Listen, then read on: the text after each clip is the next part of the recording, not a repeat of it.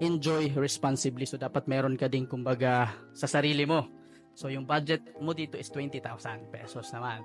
So 10,000 pesos, bili ka ng bagong gadget, bili ka ng bagong damit, bili ka, kumbaga spoil mo yung sarili mo, food trips ka, anything, lahat, kain ka lahat. So dapat hindi ka mag-guilty dito, kain ka lang na kain, bili ka ng mga kahit anong gusto mo, basta 10,000 pesos lang.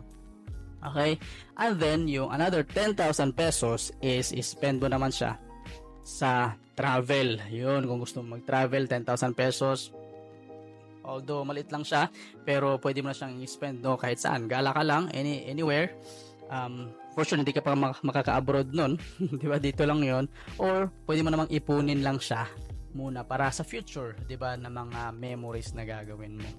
Okay, so kailangan mo din kasi mag-spend ng pera, invest ng pera sa memories lang, hindi lang sa material things. So, yun yung mga kailangan mo gawin, tatlong steps.